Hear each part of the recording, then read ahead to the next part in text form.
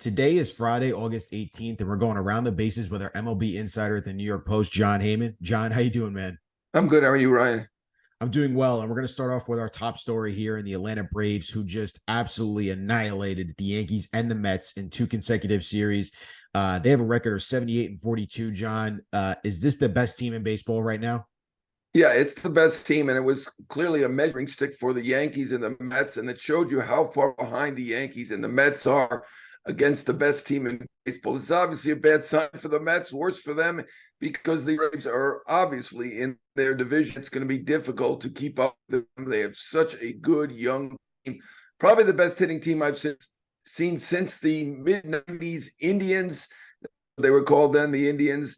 And anyway, Cleveland, I guess we would call them. Manny Ramirez was batting seventh, sometimes even eighth for that team. Tommy Baerga was a great player at that point. Bell, Lawton, probably the best hitting team I've ever seen. But this Braves team is relentless at bat. Now Max Fried is back. It's an outstanding, outstanding team, and it showed you where the Yankees and Mets stood. The Mets win a game, so at the moment, I actually think the Mets are playing better than the Yankees. Yeah, I mean the Braves are have a plus 208 run differential coming into today. It's the league best. That lineup is just stacked 1 through 9. I mean, it's just relentless. It keeps after you. And I think what's impressive, John, about the Braves also is every one of their players wants to play every day. There's no rest. There's no guys who need to take a couple of days. And they want to play good baseball. I mean, Matt Olson's having a career year. Austin Riley is a stud. Ozuna's having a little bit of resurgence, and you got Ronald Acuna Jr., who could be the NL MVP. I mean, it's just incredible how they put together this entire lineup for this team. Yeah, man, there are four MVP candidates. They have two of them, Acuna and Olson. I think the other two are in LA with Betts and Freeman. Bellinger obviously having a good year, but he's probably running fifth. Those four guys have been spectacular. And I mean, just looking at that Braves team with Murphy and with Olson, and then looking at Texas with Semien, all those players that were on the Oakland A's at one time, we can see why they were good only a few years ago with those great players, all with great character. And now they are obviously a disaster. But the Braves, the best in baseball, clearly. Dodgers, not sure how they're doing it. They've won, I lost track, 11 or 12 in a row. As we do this, amazing. They're obviously a good team. Didn't expect this, but give them credit. But right now, the Braves are the best team in baseball. Well, moving on to our next topic here. The Braves obviously did sweep the Yankees. We talked about this. The Yankees are having an absolute disaster of a season. They are below 500 this late in the season for the first time since the 90s. John, it feels like I understand they went to the ALCS last year, but they got swept by their arch rival in the Houston Astros. It feels like this has been brewing for a little bit for this Yankees roster. When you look at the construction, you mentioned in your column last night that there's been a lot of bad moves lately by Cashman, and that has led to what's going on right now. Obviously, you couldn't predict what's going on in Stanton, DJ LeMahieu. You couldn't predict Rizzo was going to have post-concussion syndrome, but when you're looking at this team and the way it's performed, how are you evaluating everything that's going on with this team? Is there rightful cause? We know we've heard noise. Could Aaron Boone be on the hot seat at the end of this year? Yeah, I mean, they're simply terrible right now. Disaster is a good word. I know they're only one game under, but we never see the Yankees under in August. As you mentioned, the last late in the season, they were under 500, was 95. They did make the playoffs in 95. I was covering that team. This team is not going to make the playoffs. I know somebody said they had a 2.4% chance or something like that. That's a computer that obviously hasn't been watching this team. The trend is down. They'll be lucky to finish 500. I don't see that at this point. I do think that Boone probably is on the hot seat at this point, at least the discussion. It is odd that he is on the hot seat. They give him an extension. Going into this season by percentage, he's one of the winning managers of all time. He has not had a great year. That said, I don't think he is the biggest culprit of this season. I think that is really with Brian Cashman, the general manager. I think he's been over-criticized by fans who are going crazy. The Yankee fans are not used to this. But I do think he's in a slump, as I've said a few times. What you hear from the league, and some of this could come from people who are upset that they got let go or what have you. But I do think there probably is some validity to the criticism that they've gone too far to the analytics side and kind of left that scouting behind.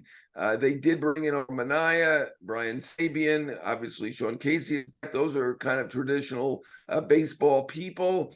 Hopefully, they're listening to Omar, listening to Sabian, and hopefully they are striking a balance. I know Cashman will say in his mind they are striking a balance, but I mean, that's tough to judge from here. What we can judge is that the moves have been disaster over the last few years.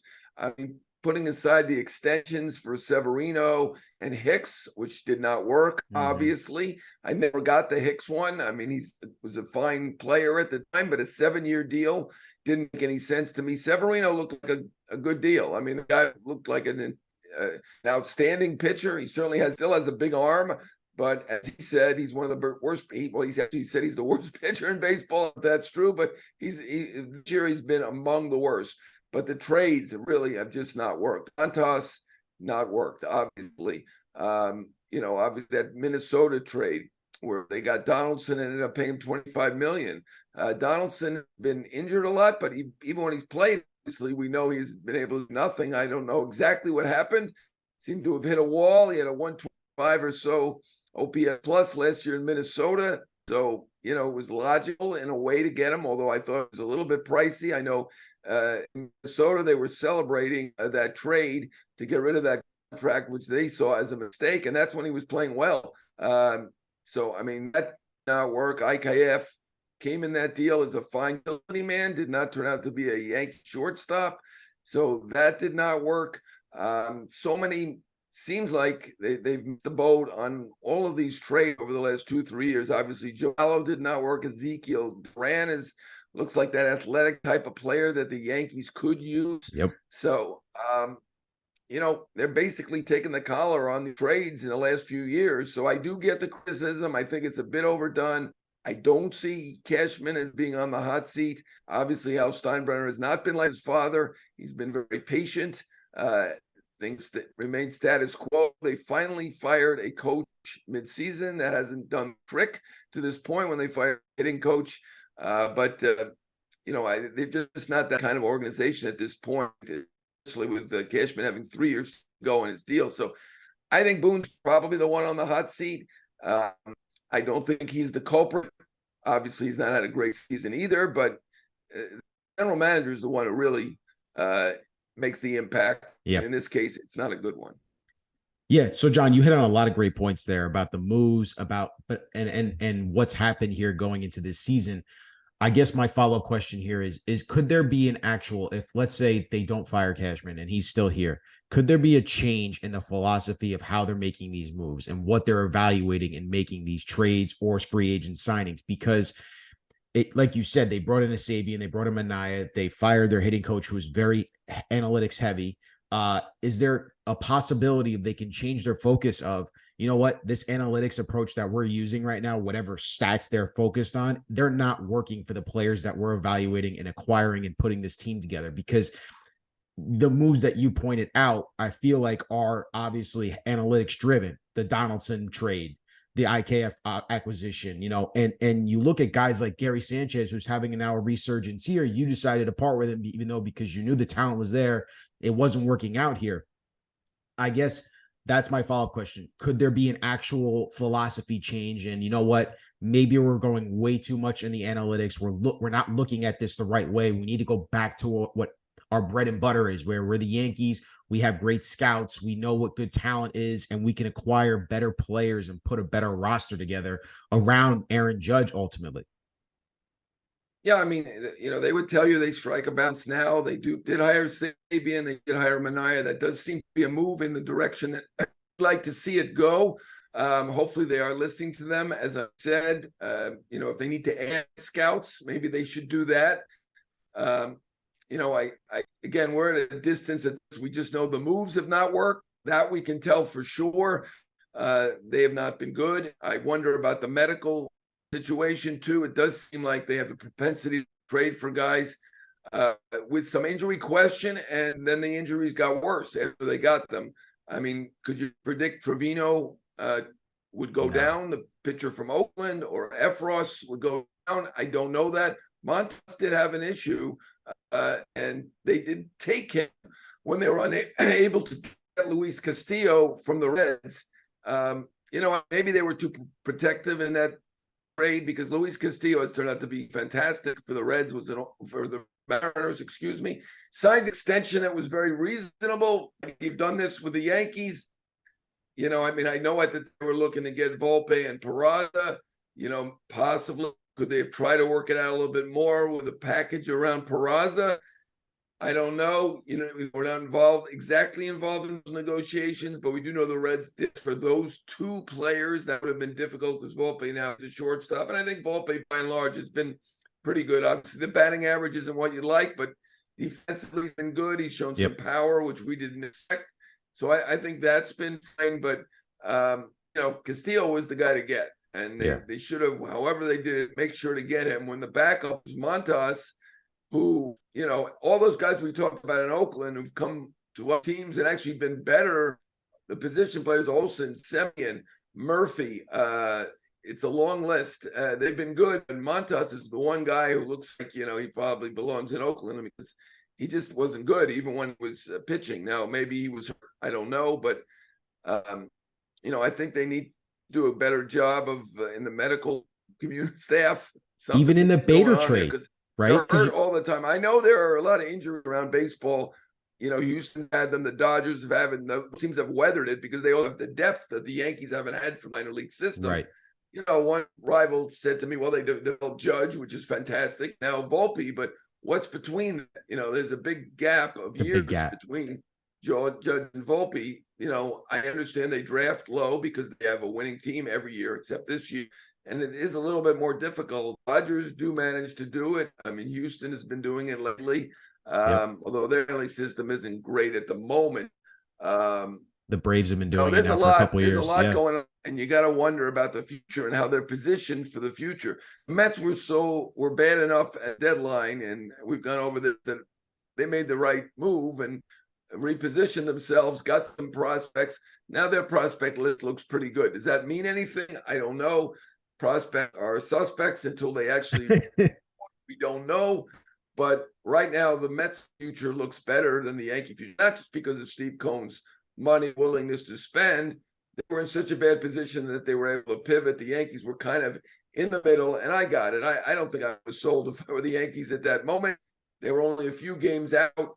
Obviously, now, if you have a deadline now, I say go ahead and sell. They're not going anywhere, but the timing of it did not help there. Yeah, it is. Like you said, the timing of it didn't help. They put themselves in that situation, and now they're vulnerable to get those attacks from people on the outside. You're hearing former minor leaguers and Ben Ruda criticize their minor league system and how they use analytics. So they're taking shots from everyone now because they are in this position for the first time in over 20 years now at below 500 and the basement of the AL East. So I take that with a grain of salt because we're talking about a minor leaguer. I never heard of the lad. I'm sure, maybe Sherman has, or somebody who's really following minor leagues.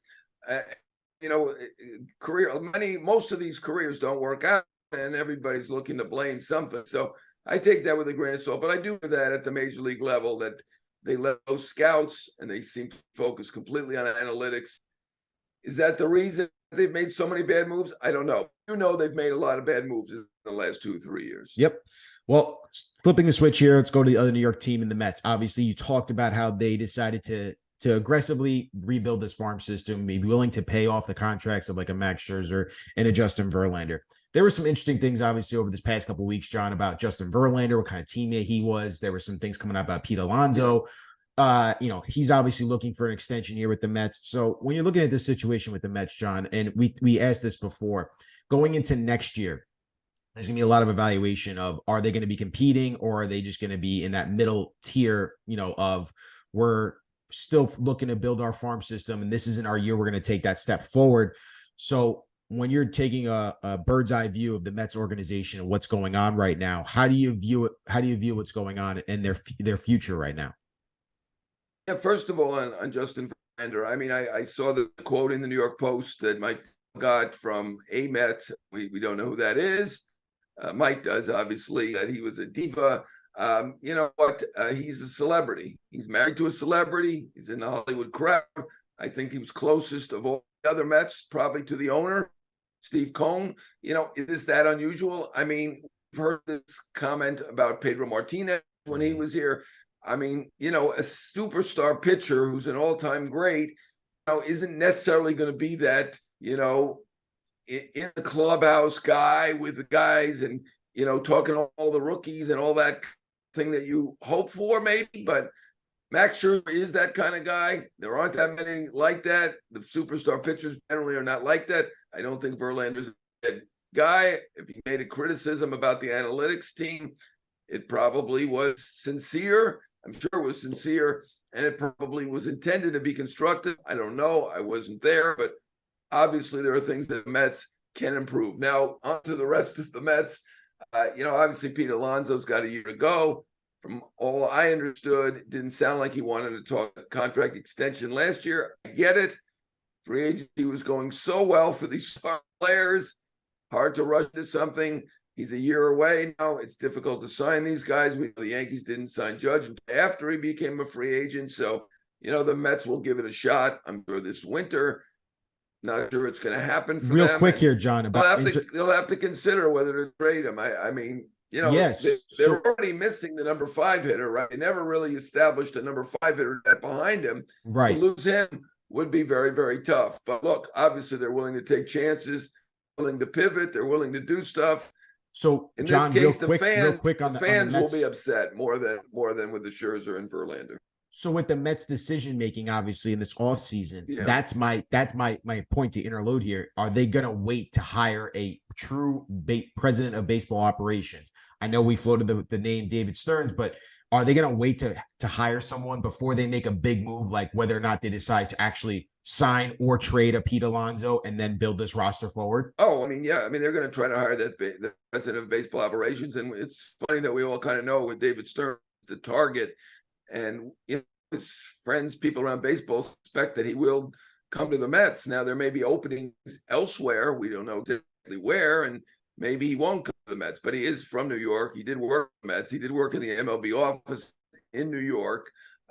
He grew up allegedly a Mets fan. I don't know. He hasn't told me that, and we know Steve Cohen can pay the most. I know the Mets had difficulty filling that role, but all things you suspect would be that he probably will be that guy, and that's to come first. I was a little surprised that they did all make all these moves with right now. Billy Epler is going to be basically an assistant to whoever the president baseball operations is. I do think they did make the right move, built the farm system for their top 8 prospects, came in these trades by paying down these contracts. So I think they did make the right move. I don't think there's anything to regret there, but that needs to be the first move that they make before they make these big decisions. Certainly, with the front office they have now, they're not going to rush into trading Alonso, signing this guy, doing that. They need to settle who the president of baseball operations is, and it's funny that we kind of know who it's going to be. We think we do. We'll see if he comes. Right. Yeah, and it's obviously it could be a franchise altering decision, obviously, with Alonso and figuring out what's going there. And you brought up a great point about him too, is that he is going into that walk year next year, and that he probably does want to test maybe free agency and see what other deals are out there. I mean, once in a while there are big stars who do sign a year from free agency, but the vast majority of them play it out and go to free agency, as we see how lucrative free agency has been. It's crazy for star players. And let's face it, he is a star player. Is he a perfect player? No. Is he Aaron Judge? No, he's not Aaron Judge. He doesn't hit for the high in average as Aaron Judge. He's not a great defender. He's not a great runner like Judge is. And he, at this point, he has the 60 home runs, but he has hit more home runs than anybody since he came into the league. So let's not, poo-poo that. The guy is an incredible slugger. He is a star player. The fans would love him back. And so certainly there'll be an effort to bring him back. But, at some point, Steve Cohen will draw the line there. You've got to be reasonable to some degree with the Mets, because we see what happens. Everybody has limits. You can't spend $2 billion spending the $354 million plus the $111 million in tax. It didn't work. So it is an odd year. And I saw that Phil Mushnick pointed that out, where the top 3 teams in payroll, Yankees, Mets, Padres, all losing records. And the 29th team, the Baltimore Orioles, is one of the top 3 teams in baseball. They've only spent more than the A's. Yeah, and it's funny you bring that up. Let's bring this all home. Your most disappointing team of the year. We obviously talked about the Yankees, the Mets. Is it one of those two teams? How are you looking at it right now as we're getting close to the end of the year here? Yeah, I mean, this was one of my columns today in the Post. I gave it to the Mets because, as I said, the all-time record payroll, and they were out of it right away. Basically, I started 14-7, but slid down from there and have not performed at all. Everybody has underperformed. I think I named the 3 or 4 players who have outperformed, including David Robertson, Senga, Alvarez, Pham. That's about it. Everybody else has either performed to expectation or most way below, including McNeil, Marte. You wonder if Marte is healthy. You wonder if that surgery took. But to me, with a record payroll and their record, they are the most disappointing. But the Yankees were number 2, and they're right on their heels. And if they continue the way they're playing now, of course, I'm judging based on watching them against the Braves, where they couldn't score, and obviously the Braves are the best offense. They looked pathetic and much worse than the Mets are looking right now. So we're still got 40 games. We still got a quarter season to go. Maybe the Yankees can catch the Mets for the most disappointing team. Well, John, we appreciate you as always giving us all your insight, man. And we're looking forward to speaking to you as the rest of the season goes by, man. Thank you. All right, thanks, Ryan.